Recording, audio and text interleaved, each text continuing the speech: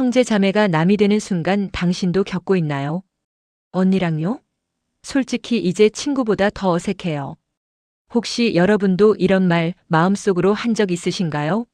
어렸을 때는 한 집에서 밥 먹고 같이 TV 보고 싸우고 또 화해하던 사이였는데 어느 순간부터 전화 한 통 하기가 어색해지고 만나도 할 말이 없어지고 그냥 남처럼 느껴지는 순간이 찾아옵니다. 가장 가까웠던 사이가 가장 먼 사람이 되는 이 아이러니한 상황. 오늘은 우리가 나이 들면서 형제자매와 왜 멀어지게 되는지 그리고 그것이 과연 나쁜 일인지에 대해 함께 이야기해 보려 합니다. 자, 시작하기 전에 여러분, 이 영상이 도움이 되셨다면 구독과 좋아요 버튼 꾹 눌러주시고요. 알림 설정까지 해두시면 앞으로도 여러분의 삶에 공감되는 이야기들을 계속 만나보실 수 있습니다. 그럼 지금 바로 시작하겠습니다. 어린 시절 형제자매는 우리 인생에서 가장 특별한 존재였습니다. 부모님이 안 계실 때 서로를 지켜주던 사이, 학교에서 있었던 일을 가장 먼저 털어놓던 사이, 밤늦게까지 이불 속에서 수다 떨던 그 시간들. 그때는 이 관계가 영원할 거라고 믿었습니다. 하지만 시간은 모든 것을 변화시킵니다. 고등학교를 졸업하고 대학에 진학하면서부터 우리는 각자의 길을 걷기 시작합니다. 누군가는 서울로, 누군가는 부산으로, 또 누군가는 해외로 나갑니다. 물리적인 거리가 생기는 것이죠. 처음에는 주말마다 전화하고 방학 되면 만나서 그동안의 이야기를 나누지만 점점 그 간격은 길어집니다. 직장을 구하고 사회생활을 시작하면서 상황은 더욱 복잡해집니다. 누군가는 대기업에 들어가 안정적인 삶을 살고 누군가는 자영업을 시작하고 또 누군가는 계약직으로 불안한 시간을 보냅니다. 경제적 상황이 달라지면서 소비 패턴도 여가를 보내는 방식도 심지어 만나서 하는 대화의 주제조차 달라지게 됩니다. 한 명은 해외여행 이야기를 하는데 다른 한 명은 당장 다음 달 월세 걱정을 하고 있다면 어떨까요? 한 명은 승진과 연봉 협상 이야기를 하는데 다른 한 명은 실직의 두려움 속에 있다면 이런 격차는 대화를 어렵게 만듭니다. 자랑하는 것 같아서 혹은 자존심이 상해서 입을 다물게 됩니다. 결혼은 또 하나의 큰 전환점입니다. 배우자가 생기고 시댁과 처가라는 새로운 가족 관계가 생기면서 우선순위가 완전히 바뀝니다. 명절에 어디를 갈지, 휴가를 어떻게 보낼지 모든 결정에 배우자의 의견이 먼저 고려됩니다. 친정 형제보다 시댁 형제의 경조사가 더 중요해지기도 하고 어린 적 함께 놀던 동생보다 아이 학원 엄마들과의 관계가 더 긴밀해지기도 합니다. 그리고 아이가 태어나면 모든 에너지는 육아에 쏟아집니다. 주말에 형제를 만날 시간에 아이 수영 수업을 보내고 방학 때 가족 모임보다 아이 캠프가 우선이 됩니다. 이것은 잘못된 선택이 아니라 생애 단계에서 자연스럽게 일어나는 변화입니다. 하지만 그 과정에서 형제자매와의 연결고리는 점점 약해질 수밖에 없습니다. 어느 날 문득 깨닫습니다. 동생이 회사를 옮긴 지 몇 개월이 지났는데 나는 그것도 모르고 있었다는 것을. 형이 새 차를 샀다는 소식을 SNS를 통해 알게 되었다는 것을. 언니의 아이가 벌써 초등학생이 되었는데 마지막으로 본 게 언제였는지 기억조차 나지 않는다는 것을. 이렇게 우리는 서서히 그러나 확실하게 멀어져 갑니다.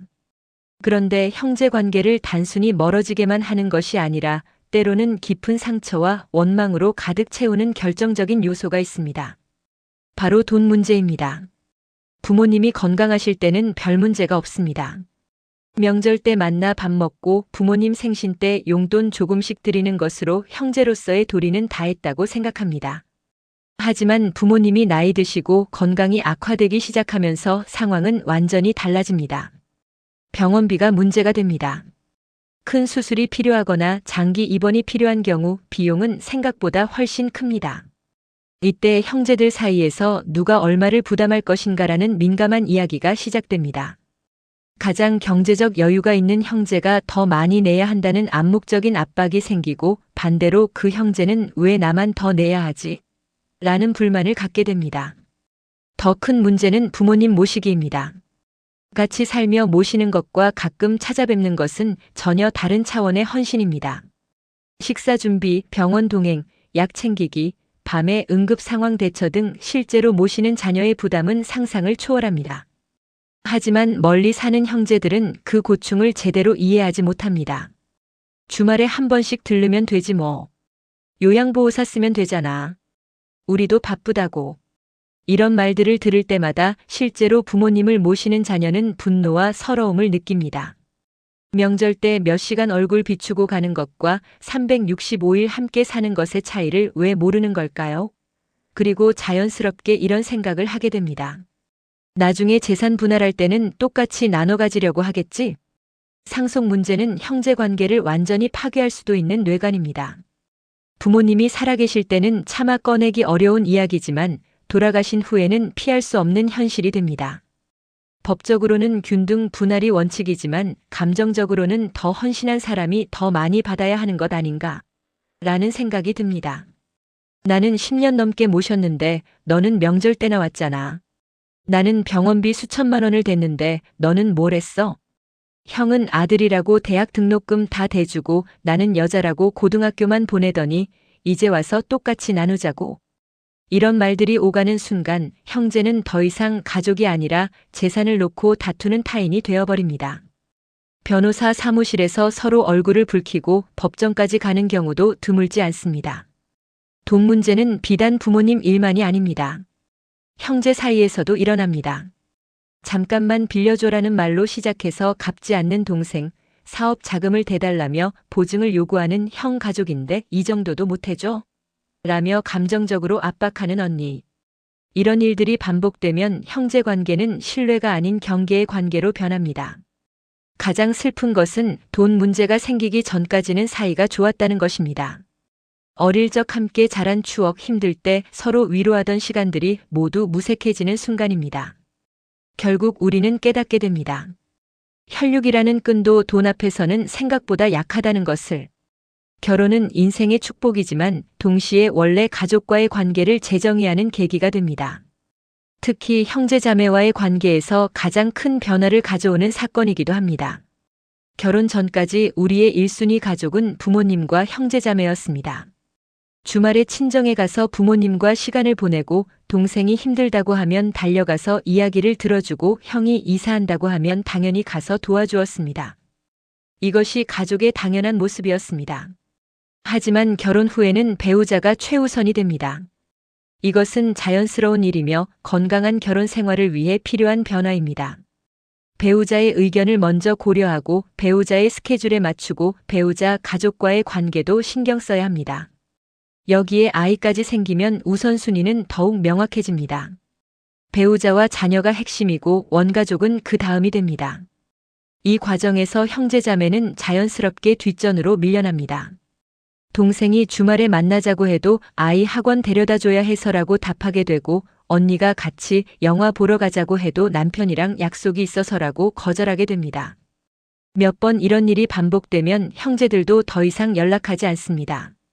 특히 명절은 이런 변화가 가장 극명하게 드러나는 시기입니다.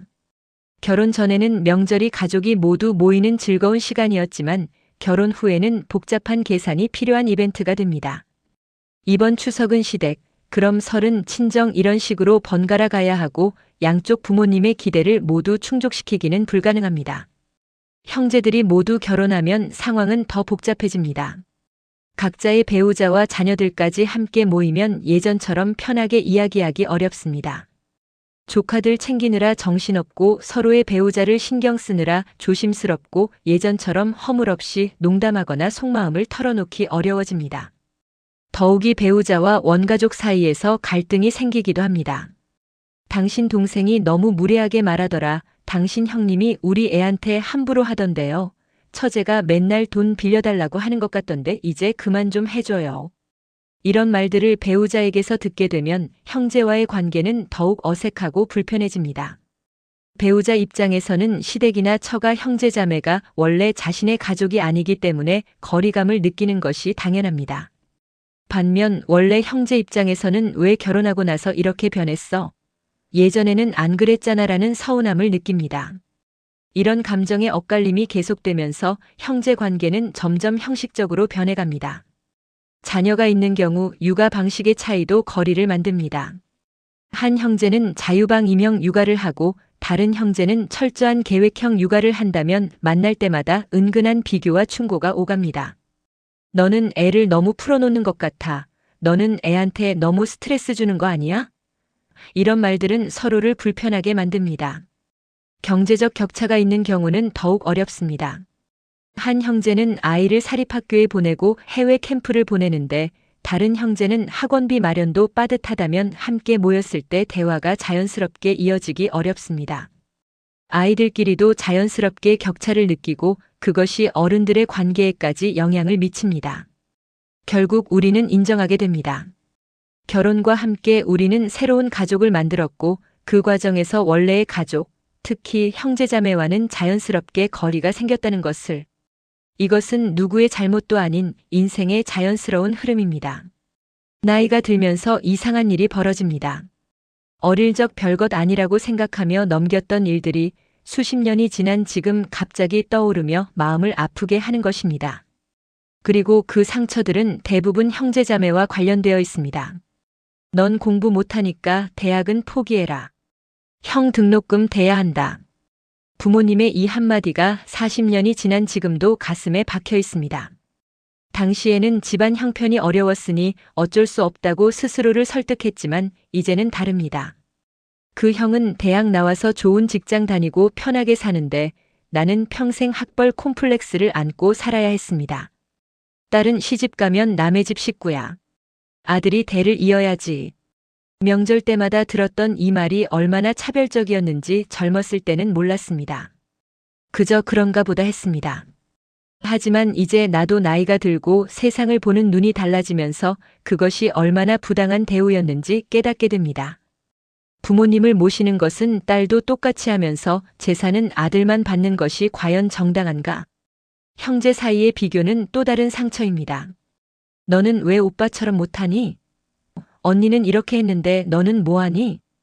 이런 말들을 들으며 자랐습니다. 당시에는 그게 동기부여가 될 거라고 부모님은 생각하셨겠지만 실제로는 형제에 대한 질투와 자신에 대한 열등감만 키웠습니다.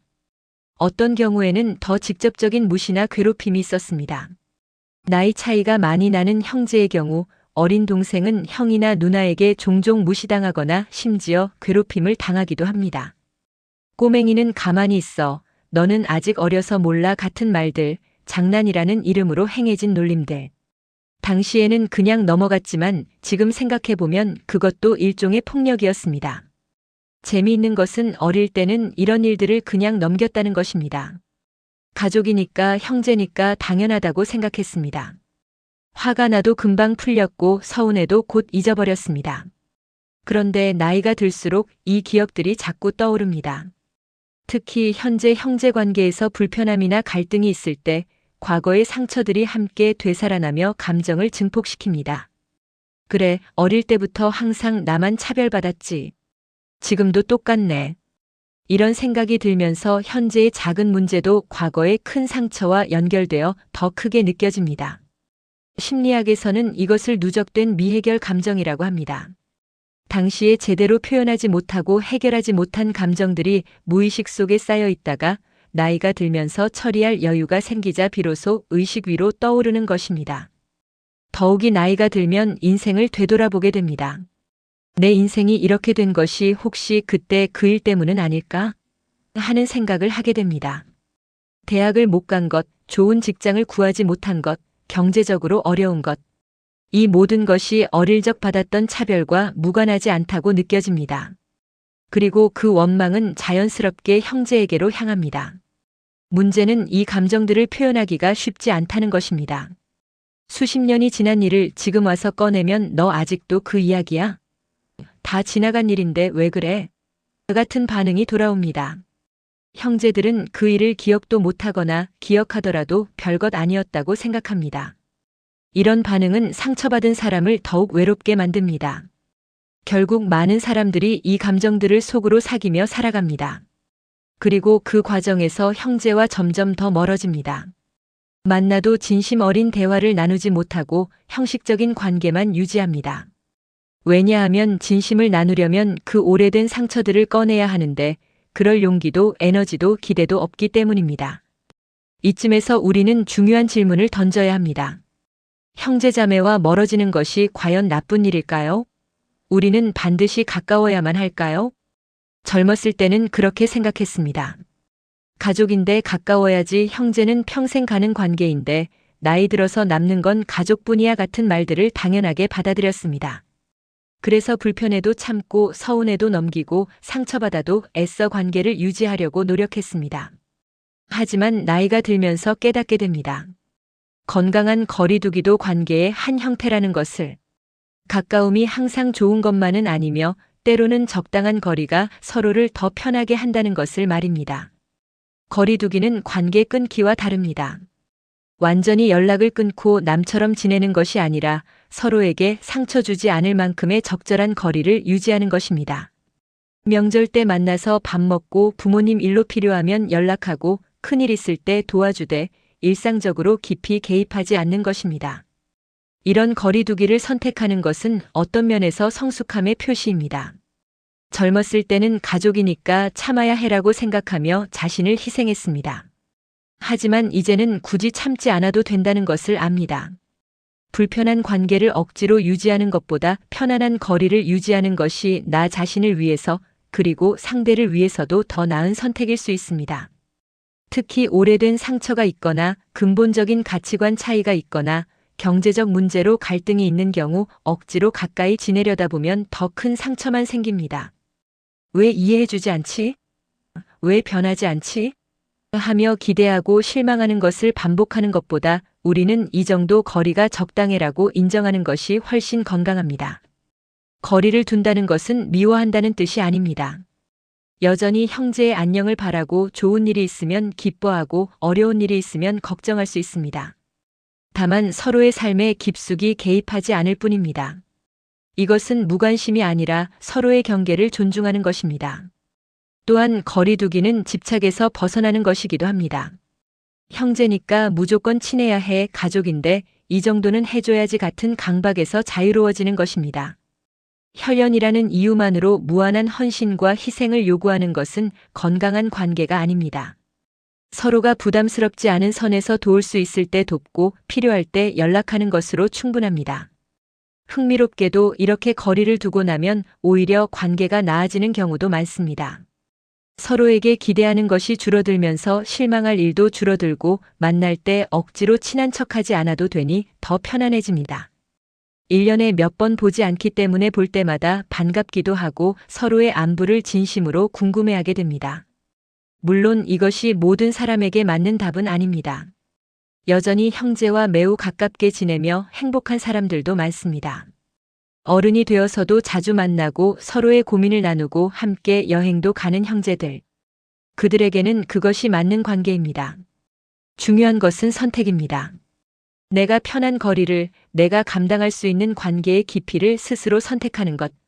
남들이 가족인데 그래도 되냐고 말하더라도 내 마음이 편한 것이 우선입니다. 나이가 들수록 우리는 이 진실을 더 잘 이해하게 됩니다. 형제자매가 남처럼 느껴진다고 해서 죄책감을 가질 필요는 없습니다. 그것은 당신이 냉정해서가 아니라 인생의 다른 단계로 접어들었기 때문입니다. 어릴 적의 그 친밀함은 그 시절에만 가능한 것이었고 이제는 다른 형태의 관계가 필요한 때입니다. 가까움보다 예의를, 집착보다 자유를, 기대보다 현실을 선택하는 것. 이것이 나이 들어가는 우리가 형제와 맺을 수 있는 또 하나의 성숙한 관계입니다. 멀어진 것이 아니라 각자의 삶을 존중하며 적절한 위치를 찾아간 것입니다. 결국 가장 중요한 것은 나 자신의 평화입니다. 형제와의 관계가 나에게 스트레스를 주고 상처를 준다면 그 관계를 재정의할 권리가 우리에게 있습니다. 그리고 그 선택을 했다고 해서 나쁜 사람이 되는 것이 아닙니다. 오히려 자신의 정신 건강을 지키는 현명한 어른이 된 것입니다. 여러분은 어떠신가요? 형제자매와 여전히 가깝게 지내시나요? 아니면 어느 정도 거리를 두고 계신가요? 어떤 관계든 그것이 여러분에게 평화를 준다면 그것이 정답입니다. 오늘 이야기가 여러분에게 위로가 되었기를 바랍니다. 형제와 멀어진 것에 대해 죄책감을 느끼고 계셨다면 이제는 그 마음을 내려놓으셔도 좋습니다. 여러분은 잘못한 것이 없습니다. 단지 나이가 들었을 뿐입니다. 이 영상이 도움이 되셨다면 구독과 좋아요 부탁드립니다. 그리고 비슷한 고민을 하고 계신 분들에게 이 영상을 공유해 주세요. 댓글로 여러분의 이야기도 들려주시면 함께 공감하며 위로받을 수 있을 것 같습니다. 다음에도 여러분의 삶에 공감되는 이야기로 찾아뵙겠습니다. 오늘도 좋은 하루 보내세요. 감사합니다.